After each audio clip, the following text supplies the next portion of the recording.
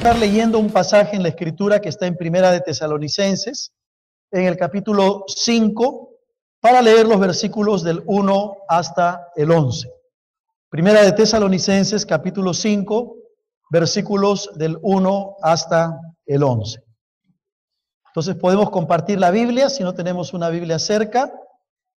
Voy a pedir que por favor pongan la transparencia del sermón también, donde aparece la referencia bíblica, para que todos puedan saber la lectura que vamos a hacer en esta oportunidad. Primera de Tesalonicenses, capítulo 5, versículos del 1 hasta el 11. Dice así la palabra del Señor.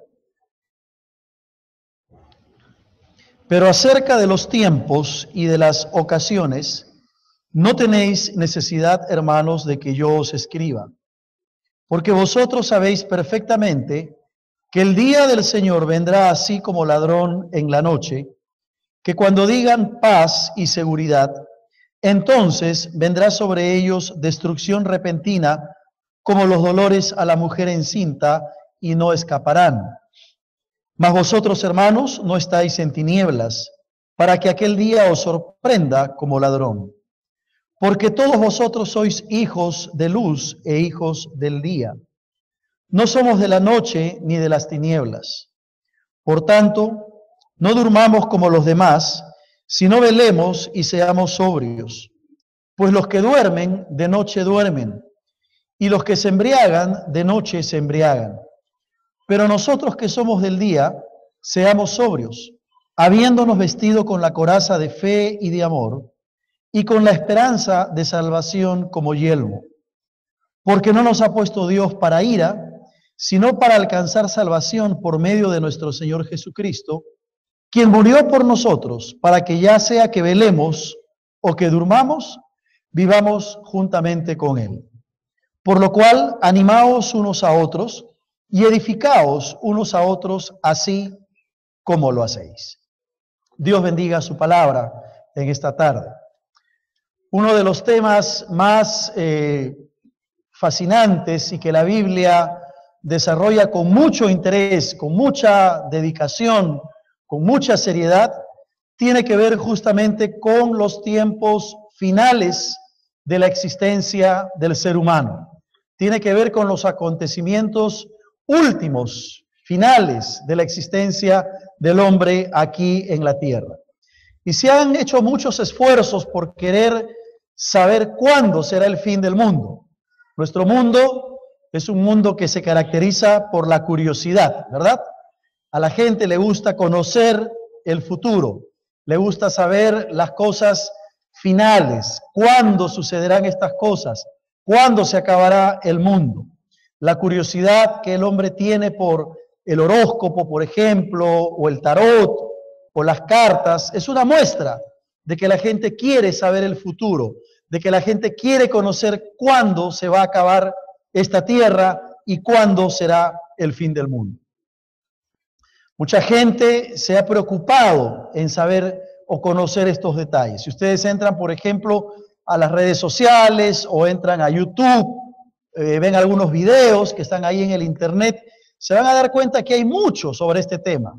Desde lo que parte de la Escritura y de la palabra de Dios hasta las más risibles especulaciones respecto de este tema.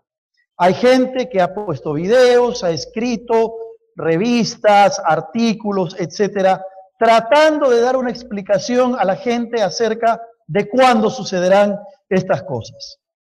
Lo cierto es que la Biblia nos enseña cuál debe ser la actitud del cristiano, cuál debe ser la actitud del Hijo de Dios frente a ese tema.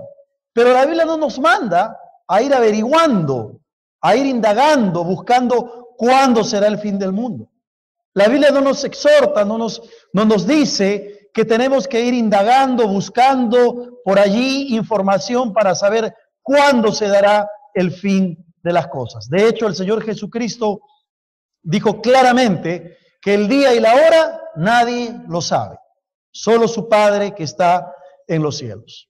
Y felizmente que la Biblia no nos dice cuándo será el fin del mundo, porque si fuera así, entonces el hombre viviría su vida de cualquier manera, esperando ese momento para recién prepararse para acercarse al Señor y para buscar una transformación en su vida.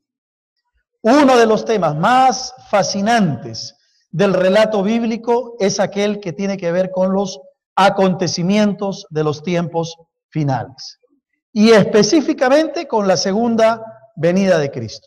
Es un tema muy profundo y a lo largo de los próximos 5 domingos del mes de agosto vamos a enfocarnos en esto, si el Señor no viene antes, ¿no? Y nos lleva a su presencia.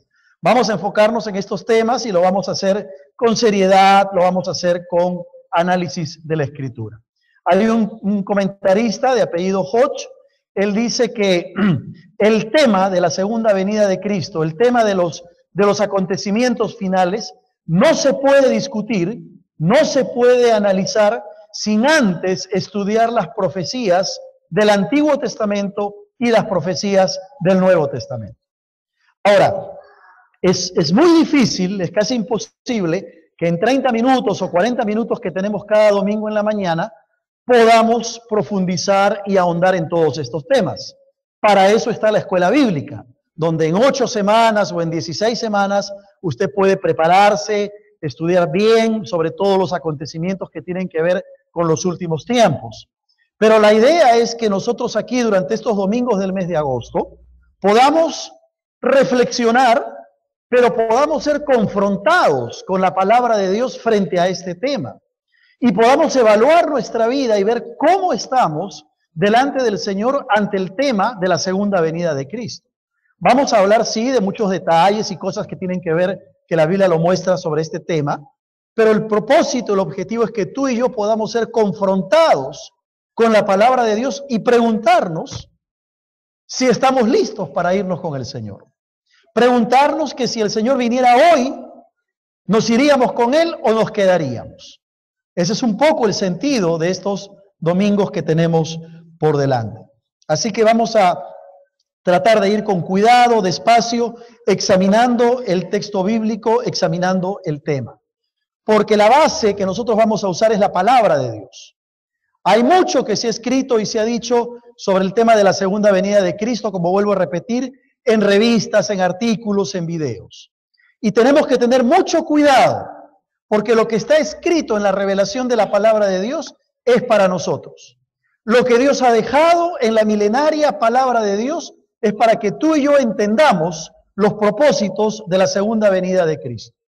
Toda información que escapa a la palabra de Dios debe ser desechada, porque encontramos no solamente artículos y revistas y libros, sino apóstoles o profetas y hasta pitonizos y brujas que pretenden decirnos cómo será el futuro al margen de la palabra de Dios. Y tenemos que ser categóricos en el sentido de que toda enseñanza que no está cimentada en la palabra de Dios en este tema y en otros temas, son enseñanzas que se forjan en el mismo infierno. Y tenemos que decirlo categóricamente. Todo aquello que no está en la palabra del Señor y que aparece allí como especulación, como idea acerca de la venida de Cristo o de los tiempos finales, son enseñanzas que se han gestado en el corazón del diablo. Así que mucho cuidado con estar por allí investigando, indagando, prestando oídos al horóscopo, a brujas, a pitonizos, etcétera, porque ese consejo es un consejo que viene del mismo infierno. Es un consejo del diablo. Y todo consejo del diablo, lo único que busca es engañarnos y sacarnos de la verdad de la palabra de Dios. El conocimiento, entonces, de la profecía bíblica es importante. Y es importante porque ese conocimiento va a afectar nuestra vida. Va a afectar tu servicio a Dios. No solamente estamos aquí para dar información y decir, bueno, ¿cómo será la segunda venida de Cristo? Estamos aquí también porque creemos que el creyente llega a conocer la fidelidad de Dios a través de la profecía bíblica. Y estamos aquí porque creemos que en la medida en que nosotros entendamos la profecía bíblica, nuestra vida va a verse bendecida, nuestro servicio será mejor al Señor y toda nuestra vida cristiana será afectada. Tu comprensión de los temas bíblicos que tienen que ver con los últimos tiempos van a afectar tu vida. van a afectar tu servicio al Señor. Por ejemplo, si tú crees que Cristo viene pronto, entonces tú tendrás una pasión por la evangelización. Tendrás un deseo de compartir tu fe. Tendrás un deseo de predicar el evangelio. ¿Por qué? Porque sabes que Cristo viene pronto. ¿Te das cuenta? Eso va a afectar tu vida y tu servicio al Señor. Ahora, al estudiar estos eventos durante las próximas semanas que tenemos por delante, hay tres propósitos. Hay un triple propósito que tenemos, que es una carga que yo quiero compartir con ustedes. Primero, el propósito de estudiar todo esto es ser exhortados por el Señor. Que Dios nos exhorte a cada uno de nosotros por medio de su Espíritu Santo. ¿Por qué razón? Porque vamos a responder la pregunta, ¿cómo estoy yo frente al tema de la segunda venida de Cristo? Y si estoy mal, tengo que cambiar ciertas cosas en mi vida. Porque yo no quisiera que Cristo venga hoy y me encuentre mal. ¿No es cierto? Yo no quisiera que Cristo venga hoy y no me vaya con Él, porque quizá mi vida está hecha un desorden. Entonces el propósito primero es exhortar. El segundo propósito es consolar, porque necesitamos consuelo frente a este tema. Vivimos en una sociedad que está de cabeza. Vivimos en una sociedad donde hay muchos problemas, desde los problemas morales hasta la corrupción, la delincuencia, la inseguridad, etcétera. Y esas son señales que Dios nos está dando de que estamos llegando a los tiempos finales. Por lo tanto, necesitamos ser consolados por el Espíritu Santo de saber que somos parte de la iglesia de Cristo.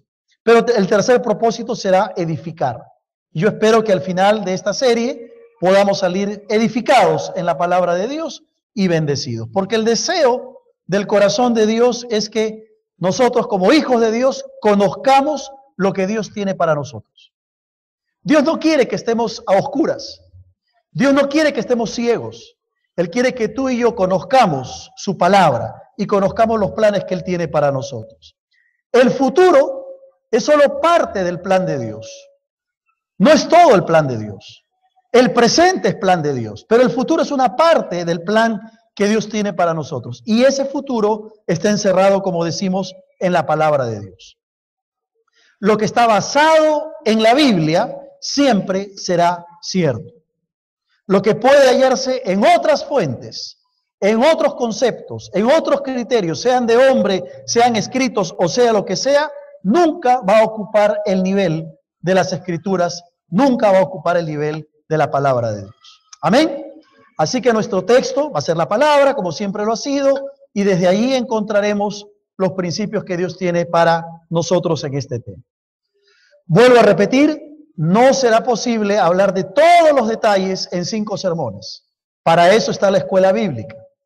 Se ha escrito mucho en cuanto a lo que es los acontecimientos finales. Hay mucho que decir, pero trataremos de dar unas pinceladas y entender la palabra de Dios en este tema. Tenemos que partir por un principio base, y el principio base parte del libro del Apocalipsis.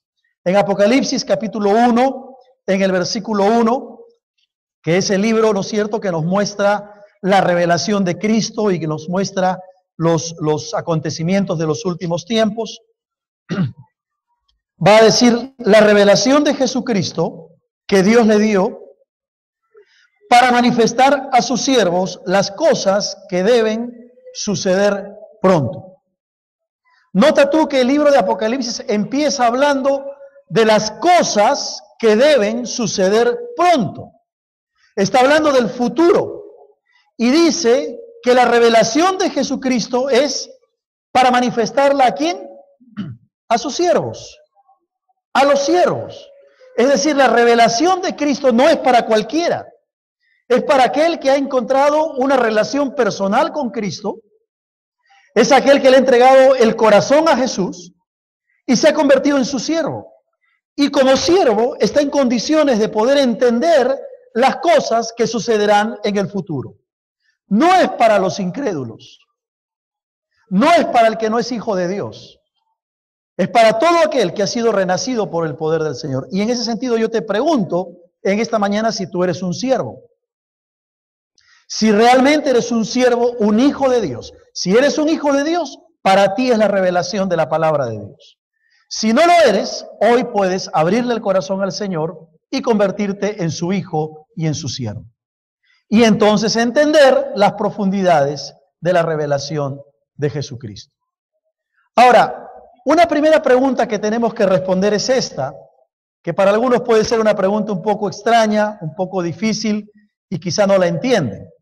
¿Qué cosa es la escatología? Y ustedes me van a escuchar en estas semanas hablar de los eventos escatológicos, hablar de la escatología, ¿verdad? Bueno, vamos a explicar de qué se trata, porque es una palabra que vamos a usar a lo largo de las próximas semanas.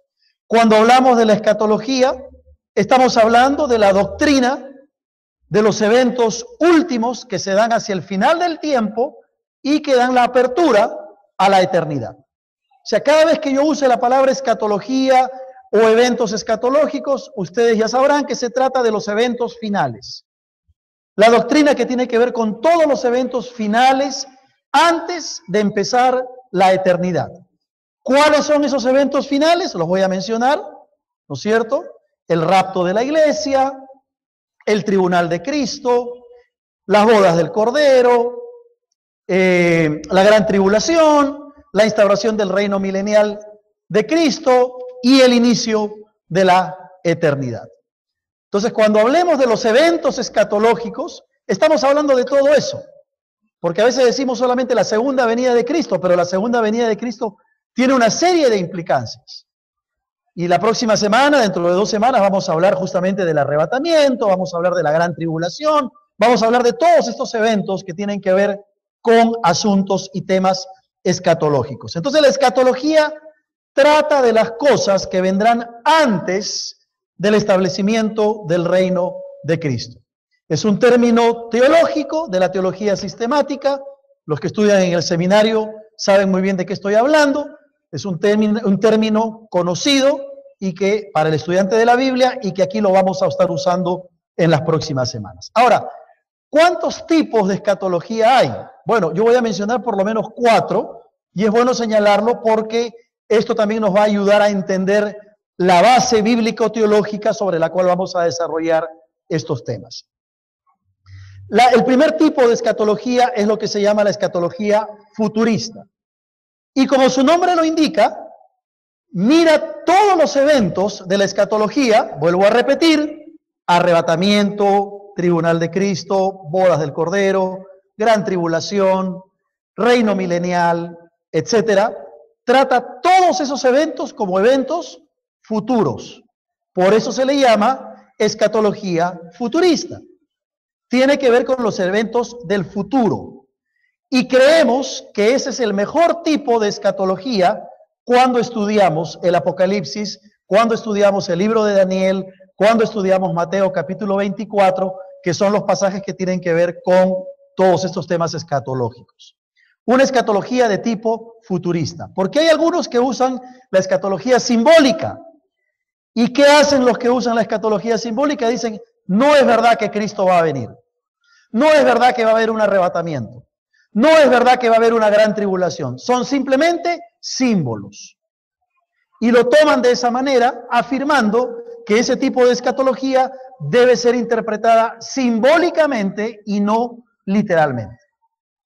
Ese tipo de escatología la rechazamos, porque en la Biblia encontramos una escatología futurista.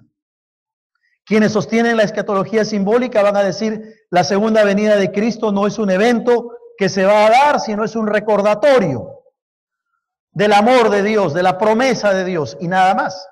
Entonces niegan que Cristo va a venir. Y cuando tú vas a la Biblia descubres que la Biblia dice que todo ojo le verá y que la venida de Cristo será un evento literal. Entonces desechamos la interpretación simbólica. La tercera es la escatología teleológica. No es teológica, ojo, es teleológica. Y se le llama teleológica porque dice que estos eventos, vuelvo a repetir, arrebatamiento, bodas del Cordero, tribunal de Cristo, gran tribulación, milenio, etcétera, dice que todos estos eventos no son eventos que van a ocurrir al final de los tiempos, sino que son eventos que se están dando en la historia. Mientras la historia se va desarrollando, dicen ellos, estos eventos también se van dando. Entonces, lo que estamos viviendo hoy, dicen algunos, es la gran tribulación.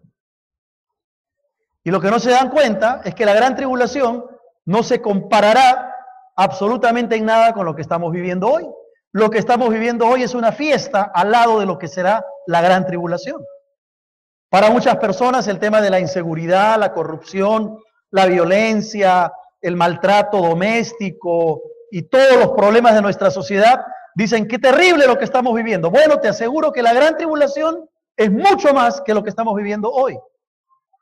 Entonces no podemos decir ni afirmar un tipo de escatología teleológica que se va dando en la historia, porque todos estos eventos se van a dar en un momento determinado. Y el cuarto tipo de escatología es lo que se llama la escatología realizada, donde dicen algunos, bueno, ya estos eventos se dieron, ya se realizaron, y no los miran como eventos futuros. La base que nosotros ponemos para hablar de todos estos temas es una escatología de tipo futurista. Son eventos que se van a dar, no se han dado todavía. ¿Que estamos viviendo señales? Sí. ¿Que estamos experimentando dolores de parto? Sí. ¿Que hay evidencia de que el tiempo se va acercando a su fin? Claro que sí. Pero todavía no hemos entrado a los eventos escatológicos de los últimos tiempos. Por eso nuestra base será una base futurista. Ahora hay una tercera pregunta que tenemos que responder, que es esta: ¿cómo serán los últimos días para la iglesia? Y es importante que nosotros entendamos y respondamos esta pregunta. Te voy a explicar por qué. Porque cuando hablamos de escatología hay muchos puntos de vista.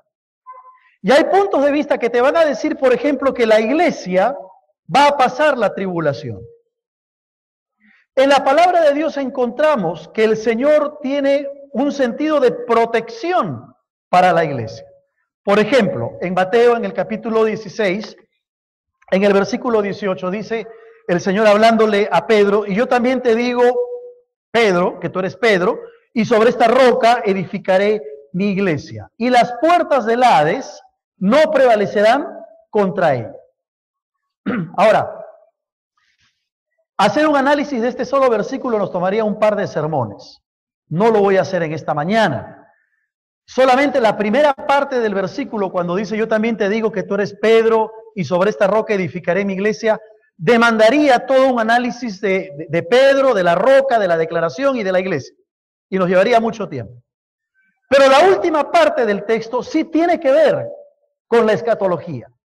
Sí tiene que ver con los eventos finales. Porque el Señor le dice a Pedro: las puertas del Hades no prevalecerán contra ella. Lo que el Señor le está diciendo a Pedro es: las puertas del infierno no tendrán victoria sobre la iglesia.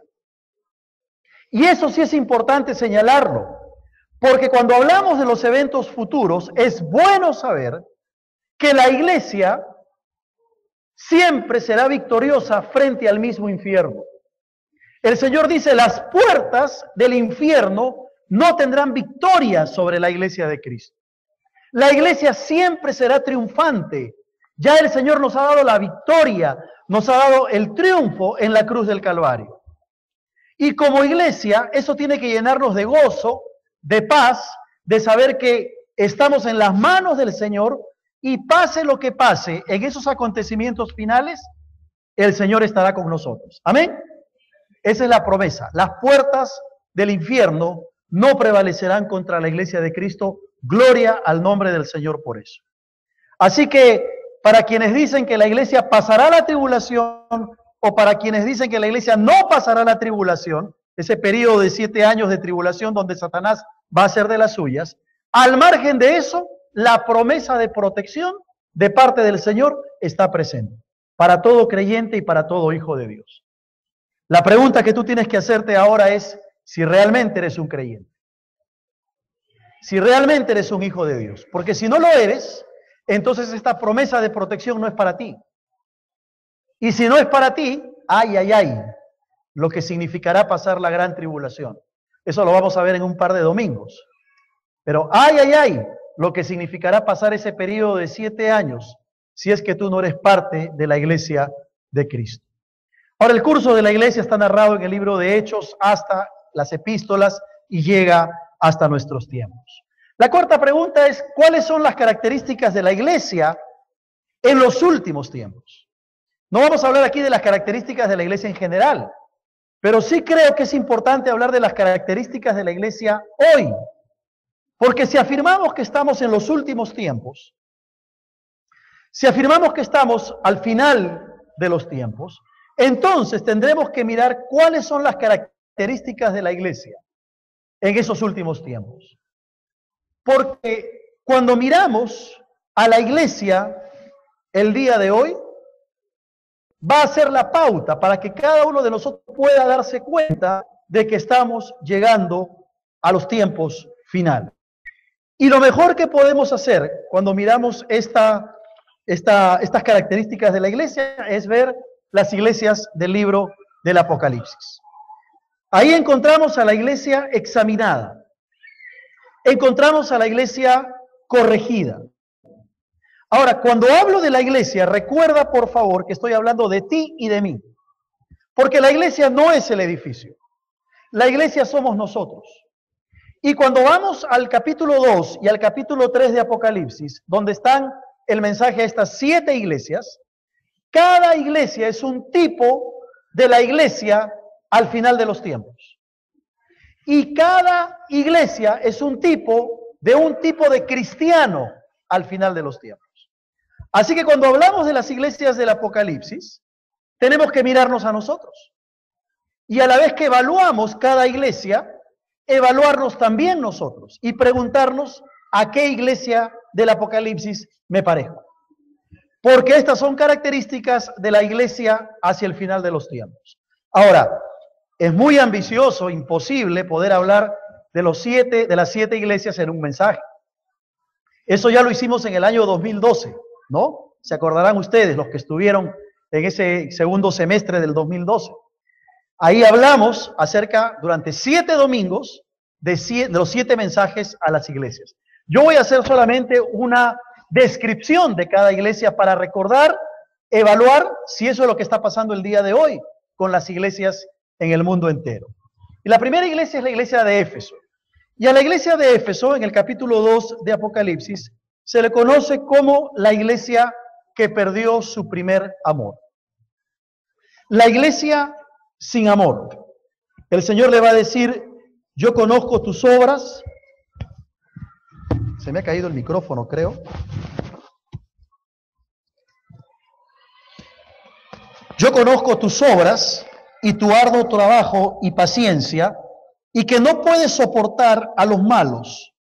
Y has probado los que se dicen ser apóstoles y no lo son, y los has hallado mentirosos.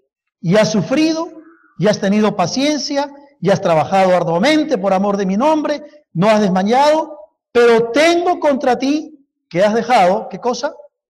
Tu primer amor. La iglesia de Éfeso era la iglesia sin amor. Hacía mucha actividad, hacía muchas obras, tenía mucho por hacer, pero se habían olvidado de lo más importante, de amar a Dios y de amar a su prójimo. Y cuando miramos la iglesia al final de los tiempos, tenemos que concluir que hoy en día también encontramos iglesias así. Iglesias que tienen mucha actividad, hacen muchos programas, pero les falta amor. Les falta amor a Dios y les falta amor a su prójimo. Y cuando miramos entonces la iglesia de Éfeso, tenemos que mirarnos a nosotros y preguntarnos, ¿soy yo como la iglesia de Éfeso? ¿Soy un creyente que quizá hace mucho pero le falta amor? ¿Quizá he perdido el primer amor? ¿Quizá no estoy amando a mis hermanos? Ese fue el problema de la iglesia de Éfeso y es el problema de muchas iglesias el día de hoy. En segundo lugar, encontramos a Esmirna.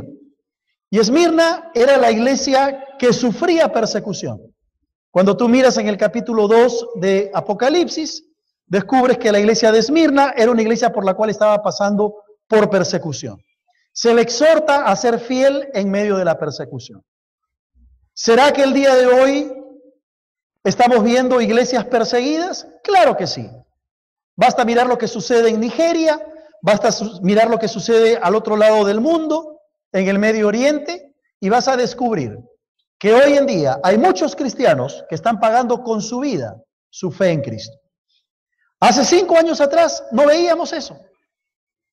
Hace un tiempo atrás nadie hablaba de persecución, hoy la estamos viendo. Y no sería raro que en algún momento de la historia del Perú nos toque a nosotros también pasar por esa persecución. Características de la iglesia al final de los tiempos. En tercer lugar está la iglesia de Pérgamo. La iglesia de Pérgamo es conocida como una iglesia mundana. Es la iglesia que se casó con el mundo. Podríamos decir, es la iglesia de la ética situacional, de una moral relativa. La iglesia que se acomoda a ciertos principios del mundo, se los apropia y por un plato de lentejas vende sus convicciones. En Estados Unidos, por ejemplo, ya hay pastores e iglesias que han suprimido de los púlpitos el pecado, temas como el pecado, temas como el infierno, temas como el diablo. ¿Por qué razón? Porque no quieren hacer sentir mal a la congregación. Esa es una ética situacional. Esa es una iglesia que está casada con el mundo, que ha dejado que los valores del mundo empiecen a moldear. Y eso lo estamos viendo ahora. Ahora, hasta aquí tenemos que preguntarnos y tratar de personalizar lo que estoy diciendo. Aplícalo a tu propia vida y pregúntate si tú eres un creyente sin amor. Pregúntate si tal vez eres un creyente que no está dispuesto a pasar la persecución en caso tocara. O quizá eres un creyente que está viviendo un cristianismo mundano.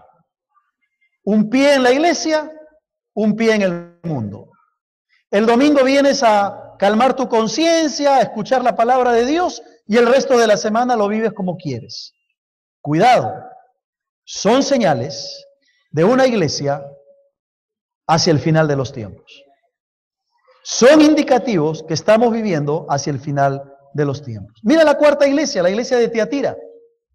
La iglesia de Tiatira es conocida por su falsa espiritualidad.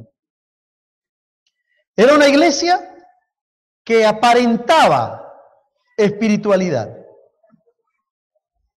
pero vivía una falsedad.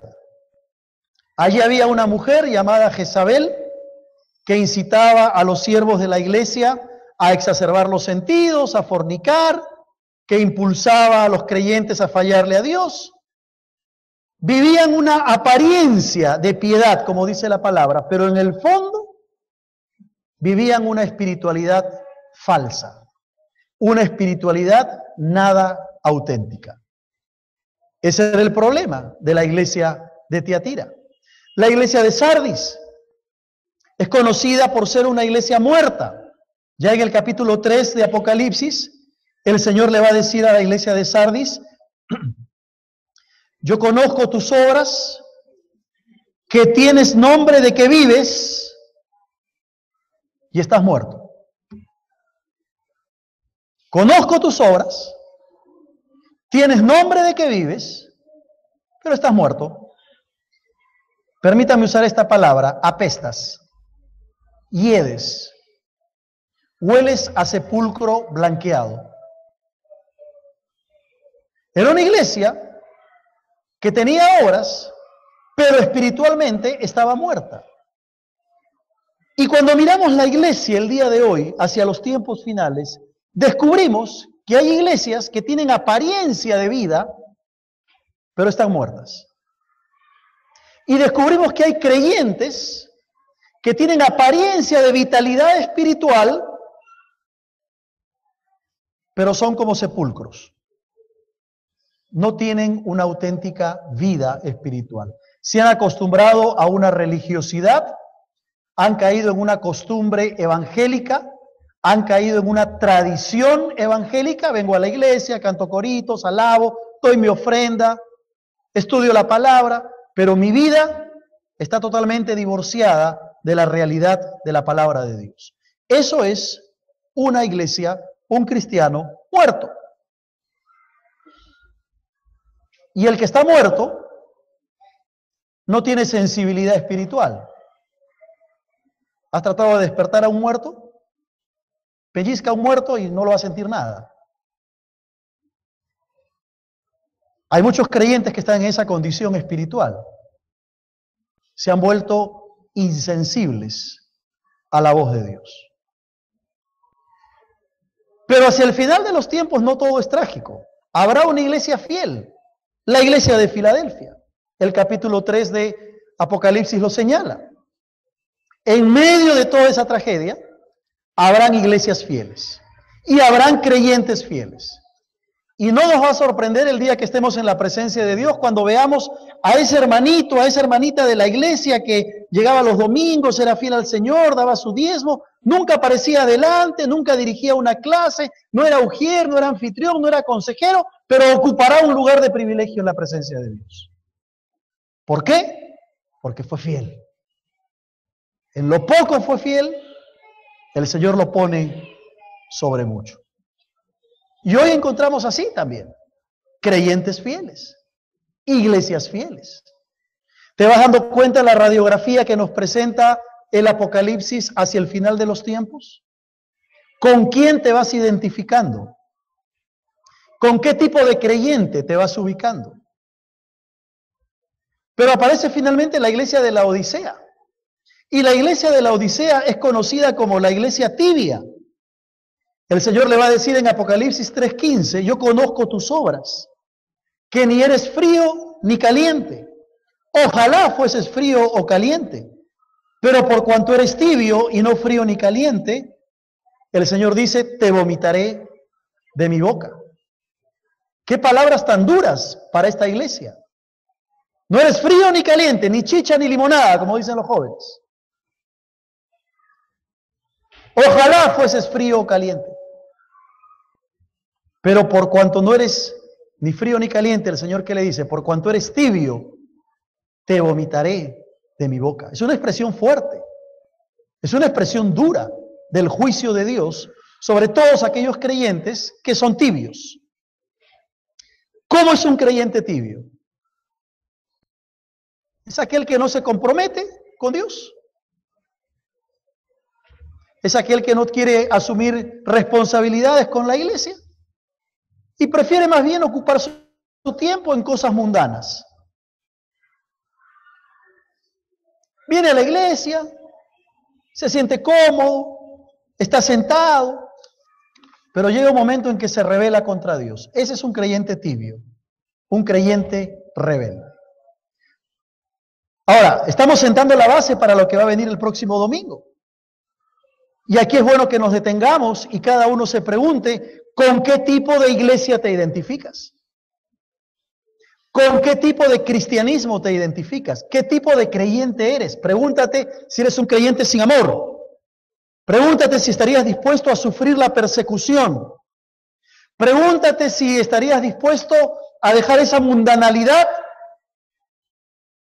para ser un creyente fiel como la iglesia de Filadelfia. O quizá estás viviendo un cristianismo falso, muerto, tibio, alejado de Dios. Es interesante que la iglesia en el capítulo 4 de Apocalipsis ya no aparece más en esta tierra. Ya no encontramos a la iglesia desde el capítulo 4 del Apocalipsis hasta el capítulo 19.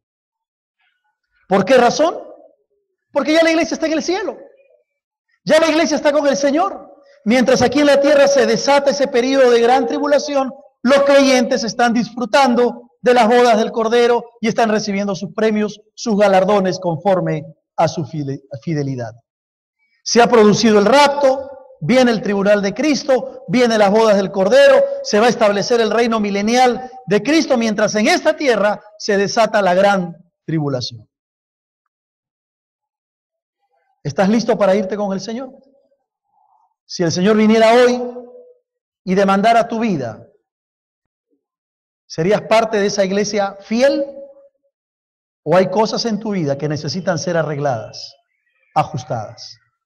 Cuando hablamos de los tiempos finales, hay que diferenciar entre lo que la Biblia llama, por un lado, el misterio de la iniquidad y el misterio de la piedad, que es obra del Espíritu Santo. Hoy estamos viviendo el misterio de la piedad. El Espíritu Santo actúa en medio nuestro. Pero el misterio de la iniquidad ya está actuando también. Solamente que hay algo que lo detiene.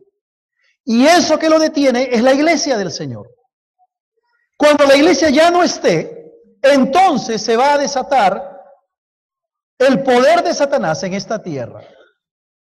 Y ese inicuo, como la Biblia lo llama, que es Satanás, va a empezar a engañar a la gente de una manera como nunca se ha visto sobre esta tierra. Cuando vamos a Segunda de Tesalonicenses, te pido que me acompañes a este pasaje, ya casi para ir terminando. Segunda de Tesalonicenses, en el capítulo 2. Mira lo que dice a partir del versículo 5 en adelante. Segunda Tesalonicenses 2, 5. ¿No os acordáis que cuando yo estaba todavía con vosotros os decía esto? Dice el apóstol Pablo a la iglesia de Tesalónica.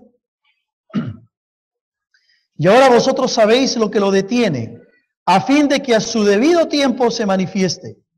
Porque ya está en acción el misterio de la iniquidad. Solo que hay quien al presente lo detiene hasta que él a su vez sea quitado de en medio. Y entonces se manifestará aquel inicuo a quien el Señor matará con el espíritu de su boca y destruirá con el resplandor de su venida. Inicuo cuyo advenimiento es por obra de Satanás, con gran poder y señales y prodigios mentirosos, y con todo engaño de iniquidad para los que se pierden. Y nota lo que dice: por cuanto no recibieron el amor de la verdad. ¿Para qué? Para ser salvos. No recibieron el amor de la verdad para ser salvos. ¿De qué nos está hablando la palabra del Señor? De que en estos momentos hay un misterio de iniquidad que está actuando. Satanás está actuando en este mundo, pero no puede actuar con toda la libertad que actuará en la gran tribulación. ¿Por qué razón? Por los creyentes, por la iglesia de Cristo, que somos quienes estamos frenando el avance del maligno. Pero dice la última parte del versículo 10 que se va a revelar, se va a manifestar ese inicuo con gran poder, señales y prodigios mentirosos, y con todo engaño de iniquidad para los que se pierden, por cuanto no recibieron el amor de la verdad para ser salvos. Hoy tú puedes recibir a Cristo en tu corazón y cambiar tu condición espiritual de perdición a ser un creyente salvo. Hoy tú puedes cambiar tu situación espiritual que te lleva indefectiblemente al mismo infierno para hacer un cambio de ruta y por la gracia y el amor del Señor ir hacia el cielo a vivir la eternidad con Cristo. La palabra del Señor allí es clara. La Biblia nos habla de que la iglesia será introducida al día de Cristo. Ese es el rapto, es el arrebatamiento. Pero todo aquel que no conoce al Señor será introducido al día de la ira de Dios. Y ese es el juicio. Esa es la gran tribulación. Ese es el período en el cual ni siquiera te puedes imaginar lo que este mundo será. De eso hablaremos más adelante. Pero aparte de las iglesias del Apocalipsis, solamente quiero mencionar, está la iglesia apóstata. No vamos a mirar todo este pasaje. Tú en casa, por favor, te pido que leas Segunda de Pedro, todo el capítulo 2. Ahí se habla de los falsos maestros, de los falsos profetas, de los pecadores, etcétera, etcétera. Léelo con detenimiento. Pero habrá una iglesia apóstata. La apostasía tiene que ver con la rebeldía, con la revuelta, con la defección. Y aquí está hablando de que parecería que habrá un tiempo en el cual el Señor va a separar la paja del trigo en su iglesia. ¿Te has preguntado dónde están aquellos que un día estuvieron con nosotros y hoy no están más? Aquellos que se llamaban creyentes, que estaban sirviendo al Señor, que daban una clase, predicaban, cantaban, servían, eran mujeres, anfitriones, consejeros, y de pronto se rebelaron contra Dios. Abandonaron la fe. Esa es la iglesia apóstata. Y hacia el final de los tiempos, como dice la palabra, el amor de muchos se enfriará. Y muchos, como dice la Escritura, apostatarán de la fe. ¿Qué significa eso? No estamos aquí promoviendo que la salvación se pierda. Creemos que Dios nos ha dado su salvación, pero la Biblia también nos exhorta a cuidar nuestra salvación con temor y temblor. No va a ser que habiendo sido heraldos, ahora seamos desechados por el Señor. Habrá una iglesia apóstata, una iglesia que fue fiel en un momento y que se rebeló contra Dios y rechazó la gracia del Señor. También se nos habla de la iglesia perseguida, de eso hablaremos la próxima semana. Y finalmente se nos habla de Israel como nación, y de eso hablaremos en un par de semanas. Miraremos a Israel como el reloj de Dios frente a todo este tema de la escatología. La pregunta para nosotros hoy es: ¿con qué tipo de iglesia te identificas? Tenemos que aprender a vivir nuestra vida cristiana como si el Señor viniera hoy mismo. Tenemos que aprender a vivir nuestra vida cristiana como si el Señor retornara en este mismo momento. Y si el Señor retornara hoy mismo, ¿estás listo? ¿Estás preparado? ¿O estás caminando como la iglesia de Éfeso, o de Esmirna, o de Pérgamo, o de Tiatira, o lo que es peor, quizá como la iglesia de la Odisea, con una tibieza espiritual que te está alejando más y más del Señor? Y si no has entregado tu vida a Cristo, hoy puedes hacerlo. Y cambiar tu rumbo, cambiar tu ruta.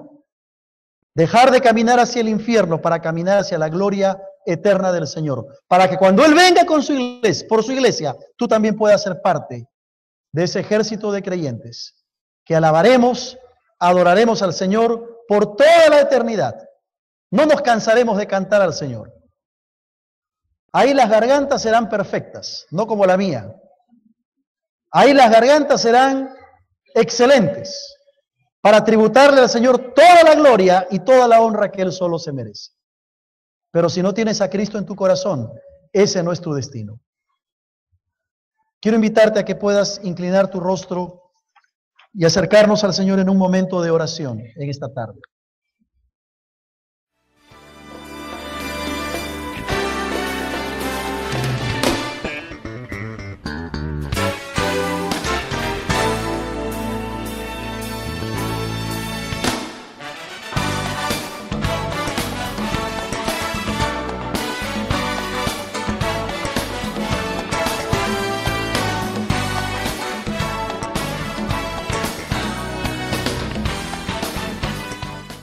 Respecto de este tema, hay gente que ha puesto videos, ha escrito revistas, artículos, etcétera, tratando de dar una explicación a la gente acerca de cuándo sucederán estas cosas. Lo cierto es que la Biblia nos enseña cuál debe ser la actitud del cristiano, cuál debe ser la actitud del Hijo de Dios frente a ese tema. Pero la Biblia no nos manda a ir averiguando, a ir indagando, buscando cuándo será el fin del mundo. La Biblia no nos exhorta, no nos dice que tenemos que ir indagando, buscando por allí información para saber cuándo se dará el fin de las cosas. De hecho, el Señor Jesucristo dijo claramente que el día y la hora nadie lo sabe, solo su Padre que está en los cielos. Y felizmente que la Biblia no nos dice cuándo será el fin del mundo, porque si fuera así, entonces el hombre viviría su vida de cualquier manera, esperando ese momento para recién prepararse para acercarse al Señor y para buscar una transformación en su vida. Uno de los temas más fascinantes del relato bíblico es aquel que tiene que ver con los acontecimientos de los tiempos finales, y específicamente con la segunda venida de Cristo. Eso ya con mucho interés, con mucha dedicación, con mucha seriedad, tiene que ver justamente con los tiempos finales de la existencia del ser humano. Tiene que ver con los acontecimientos últimos, finales de la existencia del hombre aquí en la tierra. Y se han hecho muchos esfuerzos por querer saber cuándo será el fin del mundo. Nuestro mundo es un mundo que se caracteriza por la curiosidad, ¿verdad? A la gente le gusta conocer el futuro, le gusta saber las cosas finales, cuándo sucederán estas cosas, ¿Cuándo se acabará el mundo? La curiosidad que el hombre tiene por el horóscopo, por ejemplo, o el tarot, o las cartas, es una muestra de que la gente quiere saber el futuro, de que la gente quiere conocer cuándo se va a acabar esta tierra y cuándo será el fin del mundo. Mucha gente se ha preocupado en saber o conocer estos detalles. Si ustedes entran, por ejemplo, a las redes sociales o entran a YouTube, ven algunos videos que están ahí en el internet, se van a dar cuenta que hay mucho sobre este tema. Desde lo que parte de la escritura y de la palabra de Dios hasta las más risibles especulaciones. Es un tema muy profundo. Y a lo largo de los próximos 5 domingos del mes de agosto, vamos a enfocarnos en esto, si el Señor no viene antes, ¿no? Y nos lleva a su presencia. Vamos a enfocarnos en estos temas y lo vamos a hacer con seriedad, lo vamos a hacer con análisis de la Escritura. Hay un comentarista de apellido Hodge, él dice que el tema de la segunda venida de Cristo, el tema de los acontecimientos finales, no se puede discutir, no se puede analizar sin antes estudiar las profecías del Antiguo Testamento y las profecías del Nuevo Testamento. Ahora, es muy difícil, es casi imposible que en 30 minutos o 40 minutos que tenemos cada domingo en la mañana podamos profundizar y ahondar en todos estos temas. Para eso está la escuela bíblica, donde en 8 semanas o en 16 semanas usted puede prepararse, estudiar bien sobre todos los acontecimientos que tienen que ver con los últimos tiempos. Pero la idea es que nosotros aquí durante estos domingos del mes de agosto podamos reflexionar, pero podamos ser confrontados con la palabra de Dios frente a este tema y podamos evaluar nuestra vida y ver cómo estamos delante del Señor ante el tema de la segunda venida de Cristo. Vamos a hablar.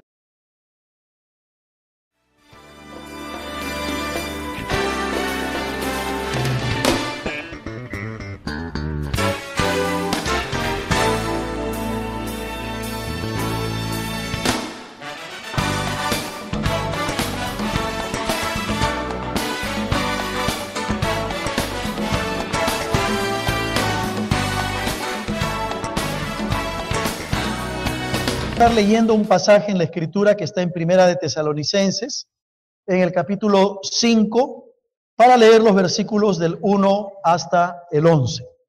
Primera de Tesalonicenses, capítulo 5, versículos del 1 hasta el 11. Entonces podemos compartir la Biblia, si no tenemos una Biblia cerca. Voy a pedir que por favor pongan la transparencia del sermón también, donde aparece la referencia bíblica, para que todos puedan saber la lectura que vamos a hacer en esta oportunidad. Primera de Tesalonicenses, capítulo 5, versículos del 1 hasta el 11. Dice así la palabra del Señor. Pero acerca de los tiempos y de las ocasiones, no tenéis necesidad, hermanos, de que yo os escriba, porque vosotros sabéis perfectamente que el día del Señor vendrá así como ladrón en la noche, que cuando digan paz y seguridad, entonces vendrá sobre ellos destrucción repentina, como los dolores a la mujer encinta, y no escaparán. Mas vosotros, hermanos, no estáis en tinieblas, para que aquel día os sorprenda como ladrón. Porque todos vosotros sois hijos de luz e hijos del día. No somos de la noche ni de las tinieblas. Por tanto, no durmamos como los demás, sino velemos y seamos sobrios. Pues los que duermen, de noche duermen, y los que se embriagan, de noche se embriagan. Pero nosotros que somos del día, seamos sobrios, habiéndonos vestido con la coraza de fe y de amor, y con la esperanza de salvación como yelmo. Porque no nos ha puesto Dios para ira, sino para alcanzar salvación por medio de nuestro Señor Jesucristo, quien murió por nosotros, para que ya sea que velemos o que durmamos, vivamos juntamente con Él. Por lo cual, animaos unos a otros y edificaos unos a otros, así como lo hacéis. Dios bendiga su palabra en esta tarde. uno de los temas más fascinantes y que la Biblia desarrolla